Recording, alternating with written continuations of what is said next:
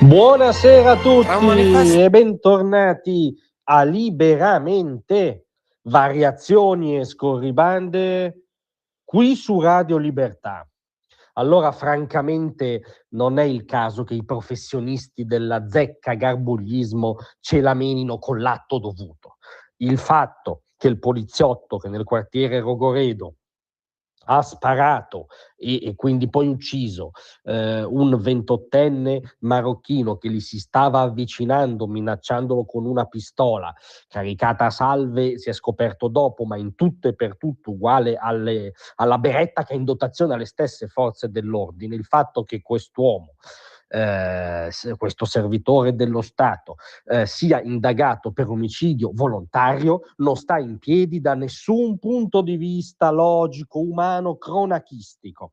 A proposito di cronaca, stiamo al racconto che, secondo i resoconti giornalistici, ha fatto lo stesso poliziotto al PM Giovanni Tarzia che lo ha interrogato.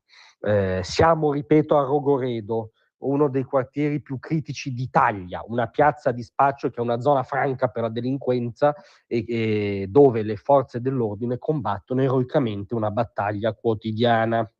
C'è appunto un controllo antidroga, un blitz antidroga vero e proprio delle forze dell'ordine che stanno controllando altre persone. Quest'uomo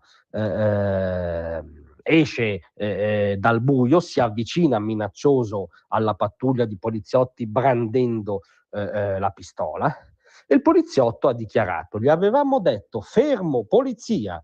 Lui si è avvicinato ancora, era una ventina di metri e mi ha puntato l'arma contro.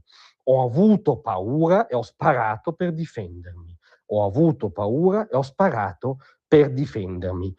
Allora, se questo non è un caso di evidente legittima difesa, nell'evidente espletamento del proprio dovere, quel poliziotto era lì a combattere lo smercio di droga che avviene quotidianamente a Rogoredo, che ingrossa gli introiti degli spacciatori e delle criminalità organizzate sulla pelle dei consumatori di droga, vere e proprie tragedie anche di giovani, una eroica lotta quotidiana delle forze dell'ordine. Era lì per quello, quindi stava evidentemente espletando il suo dovere, era evidentemente in una situazione di percepito pericolo di vita se uno mi brandisce una pistola che è una beretta a 20 metri addosso, è evidente che io sto temendo per la mia vita. Se questo non configura una situazione di legittima difesa da parte dell'agente in questione e quindi non si chiude il caso mezzo secondo dopo averlo aperto, crolla tutto, cioè si ufficializza che le forze dell'ordine non sono nelle condizioni minime in questo paese di fare il loro lavoro, e quindi qui ovviamente si scomoda il lato politico, perché sennò il discorso è monco, non si può sfuggire a questa cosa. Dovrebbe andare a breve in Consiglio dei Ministri il nuovo decreto sicurezza che elimina questa anomalia assoluta, cioè l'iscrizione automatica nel registro degli indagati per l'agente e le forze dell'ordine che sia coinvolto in eventi del genere, sparatorie con morti, a prescindere dalla dinamica, iscrizione automatica comunque.